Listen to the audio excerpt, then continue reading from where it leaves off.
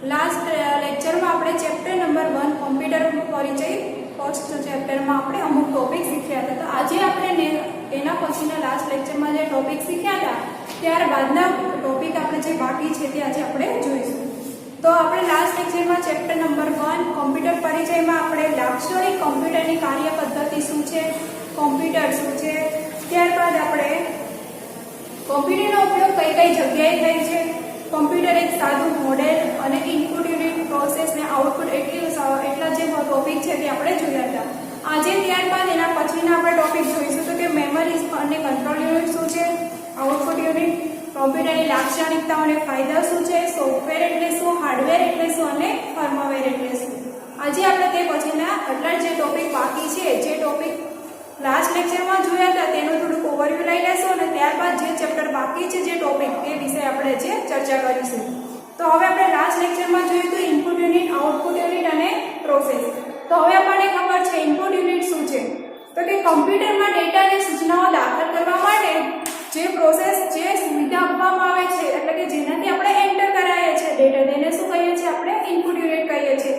Example તરીકે જોવું હોય તો કે કીબોર્ડ છે, માઉસ છે, જોયસ્ટિક છે, બારકોડ રીડર છે, યુનિવર્સલ સિરિયલ બસ છે, હાર્ડ ડિસ્ક છે, કોમ્પેક્ટ ડિસ્ક છે, એ વગેરે શું છે ઇનપુટ યુનિટના એક્ઝામ્પલ કહી શકીએ છીએ।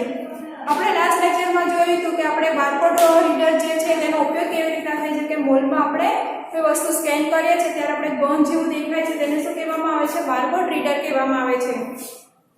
તો લાસ્ટ લેક્ચરમાં આપણે એના વિશે પણ જોઈ ગયા હતા। તો કે વિવિધ પ્રકારના જે ઇનપુટ એકમો છે તે વિવિધ સ્વરૂપે શું કરે છે, ડેટાનો સ્વીકાર કરે છે અને તેને કોમ્પ્યુટરની મેમરીમાં શું આપે છે, મોકલી આપે છે। કીબોર્ડ વડે દાખલ કરવામાં આવતી જે માહિતી હોય છે તેનો ઉપયોગ ટાઈપરાઇટરના ઉપયોગ જેવો પણ કરવામાં હોય છે। તે ટાઈપરાઇટર જે ઉપયોગ કરે છે એવી રીતે આપણે કીબોર્ડનો શું કરીએ છીએ, ઉપયોગ કરી શકીએ છીએ। સુપર માર્કેટમાં ઉપયોગમાં લેવાતા જે બારકોડ રીડર છે તેનો ઉપયોગ શેના માટે થાય છે, તો કે ડેટા વાંચવા માટે તેનો ઉપયોગ કરવામાં આવે છે। માઉસનો ઉપયોગ કમ્પ્યુટરના ડેટા ઇનપુટ માટે થાય છે। માઉસ છે એ સ્ક્રીન ઉપરના પોઇન્ટર કે કર્સરના હલનચલન ઉપર શું કરે છે, નિયંત્રણ રાખે છે અને માઉસ ઉપર ઓછામાં ઓછું એક બટન પણ હોય છે અને માઉસને માઉસ પેડ એ સખત સપાટી પર ફેરવવામાં આવે છે, આપણે જોયું છે। હવે ત્યારબાદ આપણે જોઈએ મેમરી યુનિટ। તો કે મેમરી યુનિટ શું છે, તો કે ઇનપુટ ડિવાઇસ વડે જે દાખલ કરવામાં આવેલી જે માહિતી છે એને કમ્પ્યુટર મેમરીમાં શું કરવામાં આવે છે, સંગ્રહ કરવામાં આવે છે અને કમ્પ્યુટરની જે મેમરી હોય છે તે વિવિધ ડેટા છે, સૂચનાઓ છે, પ્રક્રિયા છે તેના દ્વારા તેને શું કરવામાં આવે છે, તૈયાર કરવામાં આવેલો હોય છે। તેને પરિણામ શું કરે છે, તેને સંગ્રહી શકીએ છીએ। એટલે આપણે જે વસ્તુ ઇનપુટમાં નાખીએ છીએ ત્યારબાદ શું કરે છે, જે ડેટા આપણે ઇનપુટ નાખ્યો હોય છે તેને આપણે સ્ટોર કરવું હોય તો આપણે શું કરે, સંગ્રહ કરવો હોય તેનો આપણે કરી શકીએ છીએ મેમરીમાં। તો કે કમ્પ્યુટરનું આ પરિણામ છે તે શું હોય છે, ક્ષણિક, ટૂંકા ગાળા અને લાંબા ગાળા માટે પણ સંગ્રહ કરે છે। હવે આપણને ખબર છે મેમરી આપણે કેટલા પ્રકારની હોય છે, પ્રાઇમરી મેમરી અને સેકન્ડરી મેમરી હોય છે। તો પ્રાઇમરી મેમરી શું વર્ક કરે છે અને સેકન્ડરી મેમરી શું વર્ક કરે છે તે હવે આપણે જોઈશું। તો કે કમ્પ્યુટરની પ્રક્રિયા ચાલુ હોય ત્યાં સુધી અથવા તો જ્યાં સુધી અવિરતપણે એટલે કે ગમે ત્યારે વીજળી મળતી રહે છે અને અમુક ટાઈમે શું હોય છે, લાઇટ જતી રહે છે તો વીજળી જતી પણ રહે છે કે અવિરતપણે વીજળી મળતી રહે છે તે સુધી માહિતીનો સંગ્રહ કરે છે તેવી મેમરીને આપણે અસ્થાયી મેમરી, વોલેટાઇલ મેમરી, પ્રાથમિક મેમરી કે હંગામી મેમરી તરીકે ઓળખીએ છીએ। પ્રાથમિક મેમરીના બીજા કયા કયા નામ છે, તો કે અસ્થાયી મેમરી પણ કહીએ છીએ, વોલેટાઇલ મેમરી પણ કહીએ છીએ, હંગામી મેમરી તરીકે પણ ઓળખીએ છીએ અને પ્રાથમિક મેમરી તરીકે પણ આપણે તેને ઓળખીએ છીએ। વિવિધ એકમો ધરાવતી જે નિવેશ કરવામાં આવેલી જે માહિતી હોય છે તેનો સૌપ્રથમ શું હોય છે, સૌપ્રથમ મુખ્ય જે મેમરી હોય છે તેમાં સંગ્રહ કરવામાં આવે છે। ત્યાં સુધી આ માહિતી સંગ્રહ કરે છે કે જ્યાં સુધી કોઈ બીજાણુ કે ઇલેક્ટ્રોનિકલ રીતે જ્યાં સુધી તેને વીજળીનો પ્રવાહ મળતો રહે છે અને કમ્પ્યુટરની સ્વિચ આપણે બંધ કરવામાં આવતી નથી ત્યાં સુધી આ માહિતીનો શું હોય છે, મુખ્ય મેમરી। જ્યારે કમ્પ્યુટરની આપણે સ્વિચ બંધ કરવામાં આવે છે અને કમ્પ્યુટર રીસેટ કરીએ છીએ ત્યારે જ તેમાંથી માહિતીનો નાશ થાય છે અને જ્યાં સુધી આપણે નથી સ્વિચ બંધ કરતા કમ્પ્યુટરની અને કમ્પ્યુટર રીસેટ નથી કરતા ત્યાં સુધી એમાં માહિતીનો શું થાય છે, સંગ્રહ કરવામાં આવેલો હોય છે। અને જે પ્રાથમિક મેમરી હોય છે તે કેવી હોય છે, અસ્થાયી હોય છે, ઝડપી હોય છે, વધુ ખર્ચાળ હોય છે અને તેની સંગ્રહ કરવાની ક્ષમતા કેવી હોય છે, ઓછી હોય છે। આ શું હતું, પ્રાથમિક મેમરી હતી। હવે આપણે જોઈએ સેકન્ડરી મેમરી। તો કે તેને તે મેમરીનો સંગ્રહ કરવા શું માટે સાચવવા કે સેકન્ડરી મેમરી અથવા તો ગૌણ મેમરીની જરૂર પડે છે? લાંબા સમય સુધી જો સાચવવી હોય આપણે મેમરીને તો કે સેકન્ડરી મેમરી પ્રાઇમરી મેમરી કરતાં જે માહિતી હોય છે તેને લાંબા સમય સુધી જળવાઈ રહે છે અને જે સાધનો સેકન્ડરી મેમરી કે ગૌણ મેમરીનો ઉપયોગ કરે છે તે સેકન્ડરી મેમરીમાં તેનું શું થાય છે? તે મેમરી શેમાં જાય છે? સેકન્ડરી મેમરીમાં જાય છે. તો હાર્ડ ડિસ્ક છે, કોમ્પેક્ટ ડિસ્ક છે, બધું શું છે? સેકન્ડરી સ્ટોરેજ ડિવાઇસના ઉદાહરણ છે. પ્રાઇમરી મેમરી કરતાં સેકન્ડરી મેમરી જોઈએ તો ઓછી ખર્ચાળ છે અને તેની સંગ્રહ ક્ષમતા શું હોય છે? વધારે હોય છે. ફરી એકવાર જોઈએ આપણે પ્રાઇમરી મેમરી અને સેકન્ડરી મેમરી વચ્ચેનો ડિફરન્સ શું છે? તો કે કોમ્પ્યુટરને ટૂંકા ગાળા માટે જ્યારે માહિતીનો સંગ્રહ કરવો હોય છે ત્યારે જે વધારાની જે મેમરી વપરાય છે તો તે વધારાતી જે મેમરી હોય છે, વપરાતી જે સંગ્રહ કરવા માટે જે વપરાતી જે મેમરી હોય છે તેને શું કહેવામાં આવે છે? પ્રાઇમરી મેમરી કહેવામાં આવે છે. જ્યારે કોમ્પ્યુટરને લાંબા ગાળા માટે જ્યારે સાચવવાની હોય છે કે લાંબા ગાળા માટે માહિતી સંગ્રહ કરવા જે વપરાય છે તેને શું કહેવામાં આવે છે? Secondary memory. એટલે કે પ્રાઇમરી મેમરી થોડા સમય માટે સ્ટોર થાય, જ્યારે સેકન્ડરી મેમરી છે તે શું થાય છે? લાંબા સમય માટે સ્ટોર કરવામાં આવે છે. પછી જે પ્રાઇમરી મેમરી છે તેને અસ્થાયી મેમરી, વોલેટાઇલ મેમરી કે હંગામી મેમરી તરીકે ઓળખીએ છીએ. જ્યારે સેકન્ડરી મેમરી છે તેને નોન વોલેટાઇલ મેમરી અથવા તો ગૌણ મેમરી અથવા તો સ્થાયી મેમરી તરીકે પણ આપણે તેને ઓળખીએ છીએ. પ્રાઇમરી મેમરી છે એ શું છે? અસ્થાયી છે, જ્યારે સેકન્ડરી મેમરી છે તે શું છે? સ્થાયી છે. પ્રાઇમરી મેમરીની ઝડપ શું હોય છે? વધારે હોય છે, જ્યારે સેકન્ડરી મેમરી શું હોય છે? સ્પીડમાં તેની ઝડપ કેવી હોય છે? ધીમી હોય છે. પ્રાઇમરી મેમરી મોંઘી હોય છે, જ્યારે સેકન્ડરી મેમરી ઓછી ખર્ચાળ હોય છે. પ્રાઇમરી મેમરીની ક્ષમતા સંગ્રહ કરવાની શું હોય છે? ઓછી હોય છે, જ્યારે સેકન્ડરી મેમરી છે તેની ક્ષમતા શું હોય છે? સંગ્રહ કરવા માટે વધારે હોય છે. તો આજે આપણે જોયું કે શું હતું? પ્રાઇમરી મેમરી અને સેકન્ડરી મેમરી વચ્ચેનો ડિફરન્ટ હતો, એટલે કે મેમરી યુનિટ તેથી આપણે જોયું. ત્યારબાદ આપણે જોવાનું છે પ્રોસેસિંગ યુનિટ.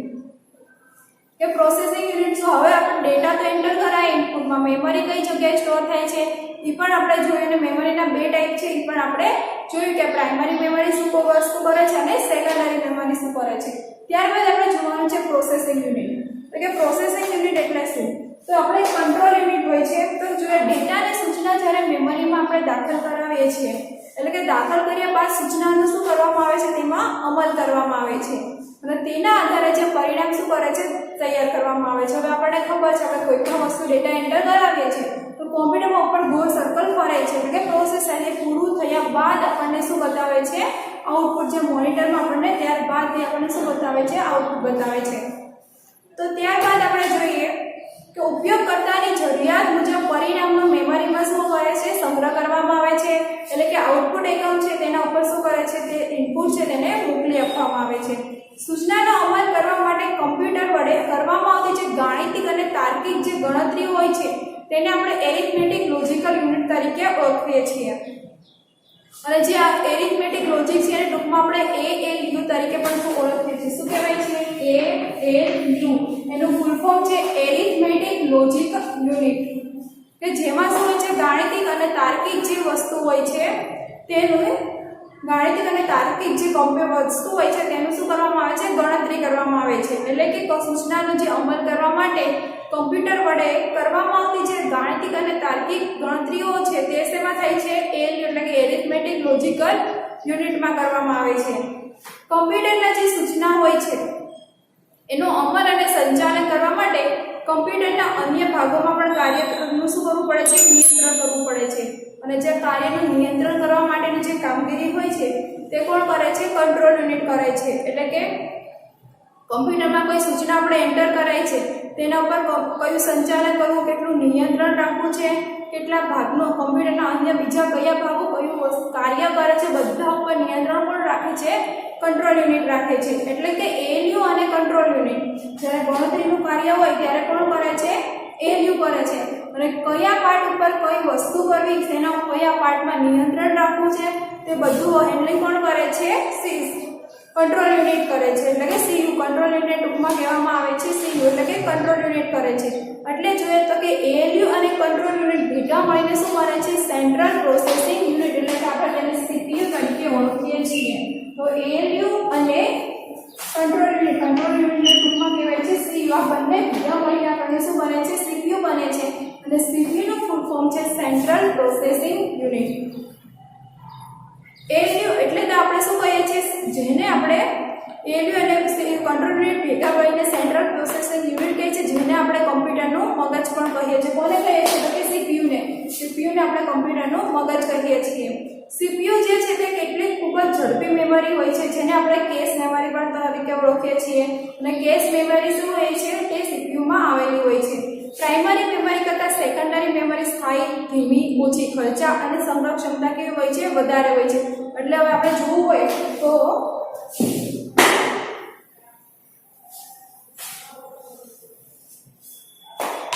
કે પહેલા આપણા કંટ્રોલ યુનિટ છે, અહીંયા ટૂંકમાં લખીએ આપણે સી વાસુ છે આપણું કંટ્રોલ યુનિટ છે. સૌપ્રથમ આપણે શું કરે છે? ડેટા એન્ટર કરાવીએ છીએ. ડેટા એન્ટર કરાવીએ છીએ એટલે આપણે ઇનપુટ કરાવીએ છીએ. ઇનપુટ કર્યા બાદ આપણે જે પ્રોસેસ થાય છે શું થાય છે? કંટ્રોલ યુનિટ કરે છે. કે હવે આપણને ખબર છે કંટ્રોલ યુનિટ શેનું વર્ક કરે છે? તો કે જે પાર્ટ ઉપર કયા પાર્ટ ઉપર શું નિયંત્રણ રાખવું છે તેનું વર્ક કોણ કરે છે? કંટ્રોલ યુનિટ એટલે કે સીયુ કરે છે. એના બાદ આપણે જોઈએ કે ગાણિતિક અને તાર્કિક વસ્તુ આપણે કરાવી છે તો તે કોણ કરશે? ALU કરશે. કે કોઈ ગાણિતિક કે તાર્કિક વસ્તુ હોય છે જે પ્રોસેસ કરાવવાની હોય છે ડેટામાં, તેનું કાર્ય કોણ કરશે? ALU કરે છે.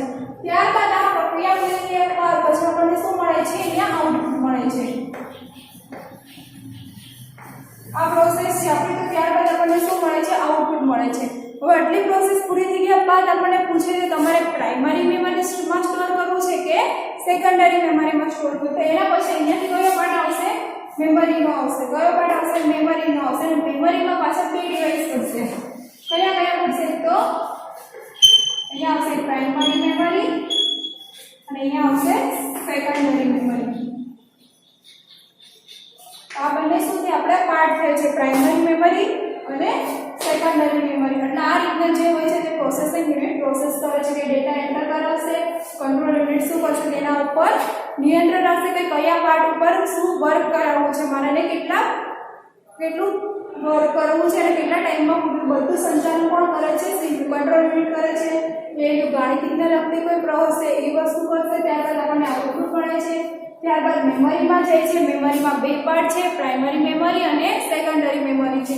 જો ડેટા આપણે પ્રાઇમરીમાં મેમરીમાં સેવ કરાવશું તો તેમાં જશે, અધરવાઇઝ તેમાં જશે સેકન્ડરી મેમરીમાં જશે.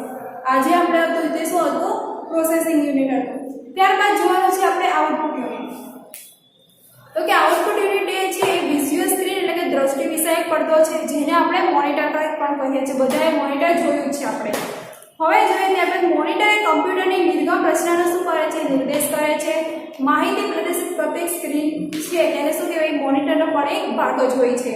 પહેલાના મોનિટર હતા તે કેવા હતા? તો કે શ્વેત કલર, શ્યામ, રાખોડી રંગ ધરાવતા હતા અને તે ફક્ત શાબ્દિક અને આંકડાકીય જ માહિતી પ્રદર્શિત થતી હતી. પરંતુ હાલમાં આપણે જોઈએ છીએ તો શું હોય છે? મોનિટર રંગીન પ્રકારના હોય છે અને તેની ક્ષમતા પ્રદર્શિત કરવાની, માહિતી પ્રદર્શિત કરવાની ક્ષમતા કેવી હોય છે? વધારે હોય છે. એટલે કે આપણે કલરફુલમાં પણ અત્યારે આપણે વસ્તુ જોઈ શકીએ છીએ. અને ઉચ્ચ ગુણવત્તા ધરાવતા ગ્રાફિકલ અને એનિમેશન પણ આપણે શું કરીએ છીએ? રજૂ તેમાં કરી શકીએ છીએ. ધ્વનિનું નિગમ મેળવવા માટે સ્પીકર્સ અને હેડફોનનો પણ આપણે શું કરીએ છીએ? તેમાં ઉપયોગ કરીએ છીએ. વિવિધ પ્રકારની માહિતી કાગળ ઉપર છાપવા માટે શેનો ઉપયોગ કરે છે? પ્રિન્ટરનો ઉપયોગ કરીએ છીએ. અને જે નિગમ છે એટલે કે જે માહિતી છે તેનું સીધું જ આપણે વેબસાઇટ ઉપર પણ પ્રકાશિત કરવું હોય તો પણ કરી શકીએ છીએ. અને ઇન્ટરનેટ વડે ફાઇલ આપણે સ્વરૂપે મોકલવી હોય તો પણ આપણે એને મોકલીએ છીએ. તો બધી જ વસ્તુ આપણે જોયેલી છે કે આઉટપુટ કઈ કઈ રીતના વર્ક કરે છે. આપણે જોઈએ છે વેબસાઇટમાં પણ અમુક ચિત્રો હોય છે, ઇમેજ હોય છે, ટેક્સ્ટ હોય છે, બધું શું હોય છે? હાઇલાઇટ એટલે કે કલરફુલ હોય છે. પ્લસ એમાં શું આપેલું હોય છે? એનિમેશન આપેલું હોય છે. કેમ? કારણ કે અત્યારે રંગીન મોનિટર આવે છે એટલે કલરફુલ મોનિટર આવે છે. જ્યારે પહેલાના સમયમાં આવેલું હતું ત્યારે શું હતું? અમુક શાબ્દિક અને આંકડાકીય માહિતી પ્રદર્શિત થતી હતી. પરંતુ અત્યારે ગ્રાફિકલ ધરાવતા અને એનિમેશન ધરાવતા આપણને શું મળે છે? મોનિટર જોવા મળે છે. હવે આઉટપુટ યુનિટના આપણે એક્ઝામ્પલ લેવા હોય તો મોનિટર છે, પ્રિન્ટર છે, સ્પીકર છે અને હેડફોન છે. એ બધું શું છે? આપણા આઉટપુટ યુનિટના એક્ઝામ્પલ છે. તો ત્યારબાદ ટોપિક જોઈએ આપણે કોમ્પ્યુટરની લાક્ષણિકતાઓ અને ફાયદાઓ શું છે. આ ત્રણ વસ્તુ આપણે જોઈએ. ઇનપુટ યુનિટ શું છે, મેમરી શું છે અને આઉટપુટ યુનિટ શું છે. ત્યારબાદ હવે આપણે જોવાનું છે કોમ્પ્યુટરની લાક્ષણિકતાઓ અને ફાયદાઓ શું છે. હવે આપણને ખબર છે આપણે કોઈ પણ વસ્તુ હોય છે તો એના ગેરલાભ પણ હોય છે અને ફાયદા પણ હોય છે. તો હવે આપણે જોઈએ તેના ફાયદાઓ શું છે અને લાક્ષણિકતા શું છે. તો કે કમ્પ્યુટર એક સ્વયં સંચાલન હોય છે, ચોકસાઈ હોય છે, માહિતીનો લાંબા સમય માટે સંગ્રહ કરવાની ક્ષમતા ધરાવે છે, એકરૂપતા હોય છે, પ્રોગ્રામિંગની ક્ષમતા હોય છે. આ બધા જ લક્ષણો પણ ધરાવે છે કમ્પ્યુટર બને છે. તેના કારણે તેનો ઉપયોગ શું થાય છે? ખૂબ જ વધારે થાય છે. વિવિધ પ્રકારના કાર્ય કરવા માટે આ લાક્ષણિકતાઓ કમ્પ્યુટરને શું બનાવે છે? કાર્યક્ષમ બનાવે છે. એટલે તેને કાર્યક્ષમ બનવાની લાક્ષણિકતા પણ તરીકે તેને ઓળખીએ છીએ. તો હવે આપણે જોઈએ સ્વયં સંચાલન કેવું. તો કે સ્વયં સંચાલન એટલે કે આપણને ખબર છે કે કોમ્પ્યુટર સ્વયં સંચાલન કાર્ય કરે છે. એટલે કે કમ્પ્યુટરને યોગ્ય ડેટા અને સૂચનાઓ આપી દેવામાં આવે છે તો કમ્પ્યુટર કોઈ પણ કાર્ય શું કરે છે? પોતાની જાતે કરી શકે છે. તેથી તેને સ્વયં સંચાલિત કહેવામાં આવે છે. કેમ? કારણ કે કમ્પ્યુટરને સૂચના આપ્યા બાદ કોઈ પણ વ્યક્તિની તેમાં જરૂર પડતી નથી. કારણ કે કમ્પ્યુટરને આપણે કીધું કે આ વસ્તુ કોપી કરીને એટલી વાર પેસ્ટ કરવાની છે કાં તો આટલી પ્રિન્ટ કરવાની છે. એમાં કોપી પેસ્ટનો ઓપ્શન આપી દીધો. ત્યારબાદ જે ફાઇલ ફોલ્ડરને આપણે કોપી કરી હશે અને પેસ્ટ કરવા મૂકીશું તો કમ્પ્યુટરની જાતે ઓટોમેટિક કોપી પેસ્ટ કરી લે છે. જ્યારે પેસ્ટ થઈ જશે એટલે કે પ્રક્રિયા આખી પ્રોસેસ પૂરી થઈ જશે ત્યારબાદ તે આપણને જોવા મળે છે અથવા તો કોઈ મેસેજ પહોંચાડે છે કે તમારી પ્રક્રિયા જે પ્રોસેસ છે તે કમ્પ્લીટ થઈ ગઈ છે. એટલે કે તેને પછી એકવાર ડેટા આપ્યા પછી એકવાર સૂચના આપ્યા પછી તેને કંઈ પણ જરૂર પડતી નથી અને પોતાની જાતે જ આપમેળે તે શું કરે છે? કાર્ય કરે છે. વિપુલ પ્રમાણમાં કોઈ સંગ્રહિત ડેટા હોય છે તેને ઇન્ટરનેટ પરથી કોઈ માહિતી શોધવી હોય તેવું કામગીરી પણ તે સ્વયં સંચાલન વિના શક્ય નથી. હવે આપણને ખબર છે, આપણને એવું કીધું કે આ વસ્તુ એટલી કરવાની છે આપણે એટલું કરી નાખીએ છીએ, પરંતુ તમને ખબર જ નહીં કે આ વસ્તુ મારે કરવાની છે અને આ વસ્તુ આવી રીતના થાય છે તો આપણને ખબર પડતી નથી. એટલે કમ્પ્યુટરને જેટલો સંદેશો તમે આપો છો એટલે કે જેટલું તમે ઇનપુટ આપો છો એટલું જ તે વર્ક કરે છે. બાકી તમે એવું કહો છો કે ઇન્ટરનેટ ઉપરથી આ વસ્તુ ગોતી લે, સર્ચ કરી લે, તેવી રીતના કરતું નથી. એટલે કે તે પોતાની જાતે કાર્ય નથી કરતું પણ આપણે તેને જેવો સંદેશો આપીએ છીએ તે પ્રમાણેનું તે વર્ક કરે છે. ત્યારબાદ જોઈએ ચોકસાઈ. તો કે જટિલ પ્રકારના ગાણિતિક અને તાર્કિક પ્રકારના કોઈ પણ કાર્ય કોઈ પણ ભૂલ વગર તે ચોકસાઈથી કાર્ય કરે છે. તે કમ્પ્યુટરની ક્ષમતા ધરાવે છે તે કમ્પ્યુટર. જો કમ્પ્યુટરને આપણે સાચું ઇનપુટ આપીશું તો તે શું આપણને આપશે? સાચું આઉટપુટ આપશે. પરંતુ જો કમ્પ્યુટરને આપણે ખોટું ઇનપુટ આપીએ છીએ તો તે આપણને ખોટું ઇનપુટ આઉટપુટ આપે છે. એટલે કે જે આ પ્રોસેસ છે તેને આપણે ગીગો તરીકે પણ ઓળખીએ છીએ. ગીગો એટલે કે ગાર્બેજ ઇન ગાર્બેજ આઉટ. શું હોય છે? જો કમ્પ્યુટરને આપણે સાચું ઇનપુટ આપીએ છીએ તો તે આપણને સાચું આઉટપુટ આવે છે. અધરવાઇઝ જો કમ્પ્યુટરને આપણે ખોટું ઇનપુટ આપીએ છીએ તો તે આપણે શું કરે છે? કમ્પ્યુટર ખોટું આપણને આઉટપુટ આપે છે. આ જે પ્રોસેસ છે તેને ગીગો તરીકે ઓળખવામાં આવે છે. GIGO. તેનું ફૂલ ફોર્મ છે ગાર્બેજ ઇન ગાર્બેજ આઉટ. ત્યારબાદ જોઈએ લાંબા સમય સુધી ડેટાની સંગ્રહ ક્ષમતા. તો હવે આપણને ખબર છે કે કમ્પ્યુટર તેની સેકન્ડરી મેમરી, ગૌણ મેમરી, સ્થાયી મેમરીમાં વિપુલ પ્રમાણમાં મેમરી ઘણા લાંબા સમય સુધી શું કરે છે? સંગ્રહ કરી રાખે છે.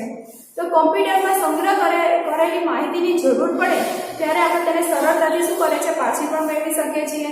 જ્યાં સુધી આપણે ચોક્કસપણે માહિતીને આપણે ડિલીટ નથી કરતા ત્યાં સુધી કમ્પ્યુટરમાં મેમરીનું શું થાય છે? સ્ટોર નથી. જ્યારે આપણે કમ્પ્યુટરમાંથી મેમરીને ડિલીટ કરે છે ત્યારે જ આપણે જે હોય છે ડેટા મેમરી તે જતી રહે છે. જ્યાં સુધી આપણે ડિલીટ નથી કરતા ત્યાં સુધી તેની મેમરી શું થાય છે? એમાં સ્ટોરેજ રહેલી હોય છે.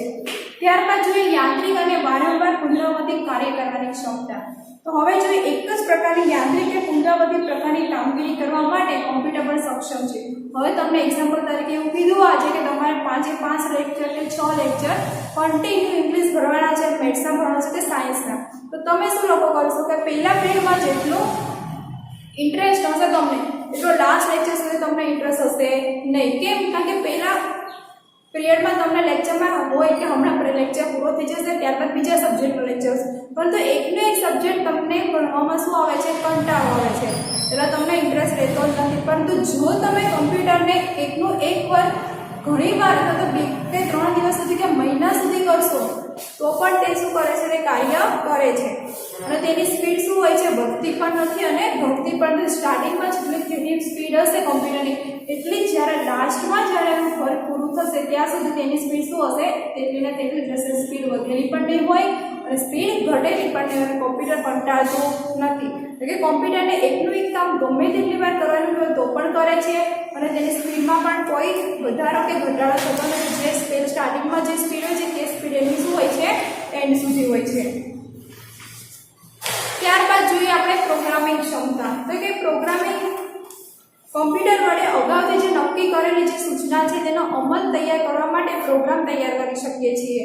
કમ્પ્યુટરમાં એક વખત પ્રોગ્રામ તૈયાર કર્યા પછી અનેક વખત આપણે તેનો શું કરી શકીએ છીએ? ઉપયોગ એટલે કે અમલ કરી શકીએ છીએ. આથી સમય અને નાણાંનો શું થાય છે? બચાવ થાય છે. અને કમ્પ્યુટરમાં જે લખેલ પ્રોગ્રામ હોય છે તેને ગમે તેટલી વખત આપણે બદલવો હોય તો પણ આપણે શું કરીએ છીએ?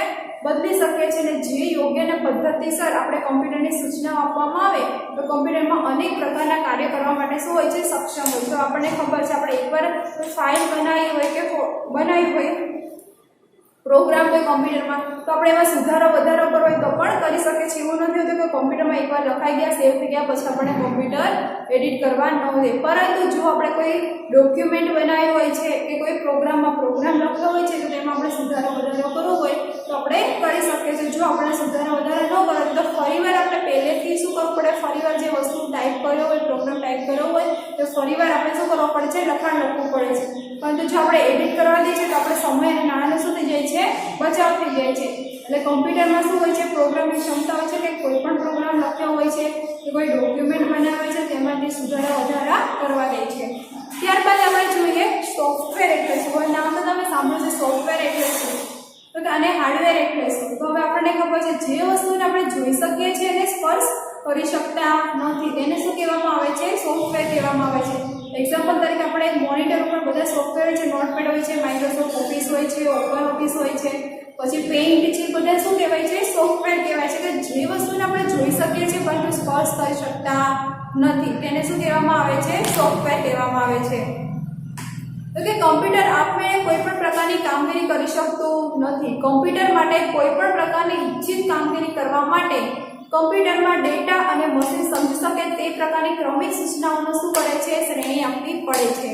કમ્પ્યુટરને આપવામાં આવતી જે ક્રમિક સૂચનાની જે શ્રેણીના સમૂહ છે તેને શું કહેવામાં આવે છે? પ્રોગ્રામ કહેવામાં આવે છે. અને કોઈ ચોક્કસ કાર્ય કરવા માટે તેમાં કરવામાં આવતી જે ક્રમિક સૂચના જે માર્ગદર્શિકા હોય છે એટલે કે આ સ્ટેપ પછી આ સ્ટેપ આવશે, આના પછી આ વસ્તુ આવશે, કન્ટિન્યુ જે પ્રોસેસ બતાવે છે તેવી જે માર્ગદર્શિકા જે પ્રોસેસ કરે છે તેને શું કહેવામાં આવે છે? અલ્ગોરિધમ કહેવામાં આવે છે. અલ્ગોરિધમ પરથી પ્રોગ્રામ લખવાની કામગીરી ખૂબ જ સરળ બની જાય છે. આપણે સ્ટાર્ટિંગમાં જોયું હતું. કોઈ ચોક્કસ કાર્ય કરવા માટે જે તર્ક લોજિક તૈયાર કરેલ હોય છે તેને શું કહે છે? આપણે તેને પણ તર્ક એટલે કે કોઈ સોફ્ટવેર કહે છે. હવે આપણને ખબર છે કોઈ પેઇન્ટ છે કે માઇક્રોસોફ્ટ ઓફિસ છે તો એ ચોક્કસ અમુક વસ્તુ માટે પેઇન્ટ છે તો શેના માટે ઉપયોગ કરે છે? આપણે ચિત્ર ડ્રોઈંગ માટે તેનો ઉપયોગ થાય છે. એટલે કે કોઈ તર્ક કે લોજિક માટે જે સોફ્ટવેર બનાવવામાં આવેલું હોય છે કે તેનો ચોક્કસ કાર્ય માટે જ ઉપયોગ થાય છે. કે આ કાર્ય માટે આ જ વસ્તુનો ઉપયોગ થાય છે, આ કાર્ય માટે આ સોફ્ટવેરનો ઉપયોગ પ્રોગ્રામનો ઉપયોગ થાય છે, સોફ્ટવેરનો જે કહીએ છીએ તેનો ઉપયોગ થાય છે. તો કોઈ ચોક્કસ કાર્ય કરવા માટે જ જે તર્ક કે લોજિક તૈયાર કરવામાં આવેલો છે તેને શું કહીએ છીએ? આપણે સોફ્ટવેર કહીએ છીએ. કમ્પ્યુટરના પ્રોગ્રામ છે, ડેટા છે, પ્રોગ્રામ સંબંધિત દસ્તાવેજ છે, બધી જ વસ્તુને આપણે શું કરીએ છીએ? એક્ઝામ્પલ આપણે તેને સોફ્ટવેરના કહી શકીએ છીએ. એટલે કે કમ્પ્યુટરમાં દસ્તાવેજીકરણ, ડેટા અને સૂચના આ ત્રણનું જે ભેગું મળીને ત્રણેય વસ્તુ ભેગું મળીને શું બને છે? સોફ્ટવેર બને છે. એટલે સોફ્ટવેરના ઘટકો આપણે કેવા હોય તો દસ્તાવેજીકરણ છે, ડેટા છે અને સૂચના છે. ત્રણેય ભેગા મળીને શું બને છે? સોફ્ટવેર બનાવવામાં આવે છે. ત્યારબાદ જોઈએ હાર્ડવેર. તો કે જે વસ્તુને આપણે જોઈ પણ શકીએ છીએ અને સ્પર્શ પણ કરી શકીએ છીએ તેને શું કહેવામાં આવે છે? હાર્ડવેર કહેવામાં આવે છે. તો કે શું છે? સીપીયુ આપણે જોયું, પછી મોનિટર છે, કીબોર્ડ છે, માઉસ છે, બધાને શું કહેવામાં આપણે આવે? હાર્ડવેર. કેમ કે તે વસ્તુને આપણે જોઈ પણ શકીએ છીએ અને તેનો સ્પર્શ પણ કરી શકીએ છીએ. કમ્પ્યુટરના જે પરિધેય એકમો છે એટલે કે ભૌતિક ભાગો છે તેને આપણે શું કહીએ છીએ? હાર્ડવેર કહેવામાં આવે છે. કીબોર્ડ છે, માઉસ છે, સીપીયુ છે વગેરે તેના એક્ઝામ્પલ છે. કમ્પ્યુટરના સર્વ ભૌતિક ભાગ માટે વપરાતો વ્યાપક શબ્દ તમે શું? હાર્ડવેર છે, જે આપણે જાણીએ છીએ તેનું નામ પણ તમે સાંભળ્યું હશે. હાર્ડવેર અને સોફ્ટવેર વચ્ચે આપણે જોયું. હવે લાસ્ટ આપણે ટોપિક જોવાનો છે ફર્મવેર એટલે શું? તો કે ફર્મવેર એટલે શું? તો કે ઘણા કિસ્સામાં જે સોફ્ટવેર હોય છે તેની સાથે જ હાર્ડવેરને શું કરવામાં આવે છે? સંકલિત કરવામાં એટલે કે તેને જોડીને જ આપવામાં આવેલું હોય છે. કેમ? કારણ કે સોફ્ટવેર અને હાર્ડવેર છે તે યુગ્મ એટલે કે જોડાયેલા જે સ્વરૂપ હોય છે તેને ફર્મવેર તરીકે ઓળખવામાં આવેલું હોય છે. એટલે કે સામાન્ય રીતે આપણે જોવું હોય તો કે જે હાર્ડવેર લીધેલા જે સોફ્ટવેર વડે જ હાર્ડવેર વાપરવાની સુવિધા કેવી બની જાય છે? સરળ બની જાય છે. એટલે કે હાર્ડવેર સાથે જો કામ કરવાની જરૂર પડે છે ત્યારે ડેટા જે છે એનું પ્રત્યાર્પણ કરવું હોય તેમાં શું હોય છે? ફર્મવેર જે છે તેનો ઉપયોગ કરવામાં આવેલો હોય છે. કેમ તો કે સામાન્ય રીતે જે હાર્ડવેરનું ઉત્પાદન કરતી જે કંપની હોય છે તેના દ્વારા શું કરે છે, ફર્મવેર તૈયાર કરવામાં આવેલું હોય છે અને જેને હાર્ડવેર ખરીદી સાથે શું કરે છે, ફ્રીમાં આપવામાં આવે છે. હવે એક્ઝામ્પલ તરીકે જોઈએ તો ફર્મવેર કોને કહેવાય, તો કે ફ્રીજ છે, વોશિંગ મશીન છે, વિડીયો પ્લેયર છે, ટ્રાફિક લાઇટ છે, ડિજિટલ કેમેરા છે, માઇક્રોવેવ ઓવન છે. આ બધા શું છે, ફર્મવેરના એક્ઝામ્પલ છે. કેમ? કારણ કે આ બધા જ વસ્તુમાં સોફ્ટવેરનો અને હાર્ડવેરનો ઉપયોગ કરવામાં આવેલો છે. એટલે કે હાર્ડવેર અને સોફ્ટવેર બંને ભેગા મળીને જે બને છે તેને શું કહેવામાં આવે છે, ફર્મવેર કહેવામાં આવે છે. અને હાર્ડવેરનું ઉત્પાદન કરતી જે કંપની હોય છે તેના દ્વારા શું કરે છે, તેને ફ્રી આપવામાં આવે છે. તો કે કેમ? હવે આપણે જોઈએ વોશિંગ મશીન, તો વોશિંગ મશીનમાં કપડાં ધોવા છે શું છે, બહારની બોર્ડ જે છે તે હાર્ડવેર છે. જ્યારે સોફ્ટવેરમાં અંદર આપણે લઈએ છીએ કે લેવલ કેટલું પાણીનું લેવાનું છે, પ્લસ કપડાને કેવી રીતના આપણે વોશ કરવાના છે, ડ્રાય કરવાના છે, કે કેટલા, એ બધી જે સિસ્ટમ હોય છે સ્ટાર્ટ કરવાનું હોય છે, પ્રોગ્રામ કરવાનું સ્ટાર્ટ કરવાનું હોય છે, પ્લસ સ્ટાર્ટ કરવાનું બટન આપેલું હોય છે, તે બધું શું હોય છે, શેમાં આવે છે, સોફ્ટવેરમાં આવે છે. તો તે તમને બતા જ કેટલી મિનિટમાં વોશ કપડાં થઈ જશે. આ વસ્તુ આવી રીતના આ મેથડથી વોશ કરવાનું, છઠ્ઠા લેવલ સુધીનું પાણી લેવાનું છે. એ બધી જ વસ્તુ જેનો સમાવેશ કરવામાં આવે છે તે બધું શેમાં આવશે, સોફ્ટવેરમાં આવશે. જ્યારે બોડી જે બહારની હશે જેમાં આપણે કપડાં રાખીને બધું શું હોય છે, હાર્ડવેર હોય છે. એટલે હાર્ડવેર અને સોફ્ટવેર બંને ભેગા મળીને શું બને છે, ફર્મવેર બનાવે છે. એ જ રીતે જો આપણે ટ્રાફિક લાઇટ, તો કે ટ્રાફિક લાઇટમાં આપણને ખબર છે ઓટોમેટિક આટલી સેકન્ડ પૂરી થઈ ગયા બાદ કલર લાઇટનો ચેન્જ થાય છે. પાછી અમુક સેકન્ડ પૂરી થઈ ગયા બાદ ફરીવાર લાઇટનો કલર શું થઈ જાય છે, ચેન્જ થઈ જાય છે. તો તે બધું શું છે, સોફ્ટવેર છે. જ્યારે આપણે જે ટ્રાફિક લાઇટનો જે થાંભલો આપણે જે જોઈએ છીએ એ શું હોય છે, આપણી હાર્ડવેર છે. એટલે કે આ બધા શું છે, તેના એક્ઝામ્પલ છે. એવી રીતે આપણે માઇક્રોવેવ ઓવનમાં પણ જોઈ શકીએ છીએ કે તેના ટેમ્પરેચર બધા કે કેટલા ટેમ્પરેચર સુધી તમારે ગરમ કરવું છે તે શું કહે છે, સોફ્ટવેર. જેમાં આપણે વસ્તુ મૂકીએ છીએ તે શું કહેવાય છે, બહારની જે બોડી હોય છે તે હાર્ડવેર હોય છે. એટલે હાર્ડવેર અને સોફ્ટવેર બંને ભેગા મળીને જે બને છે તેને શું કહેવામાં આવે છે, ફર્મવેર કહેવામાં આવે છે. તો આજે આપણે ચેપ્ટર નંબર 1 કોમ્પ્યુટર પરિચય અહીંયા ચેપ્ટર કમ્પ્લીટ થાય છે. હવે નેક્સ્ટ લેક્ચરમાં આપણે એના જે એમસીક્યુ છે એમસીક્યુ જોશું અને એમસીક્યુ તમારે કમ્પલસરી કોમ્પ્યુટરની જે પાકી નોટ છે તે પાકી નોટમાં લખવાના છે. Okay, thank you.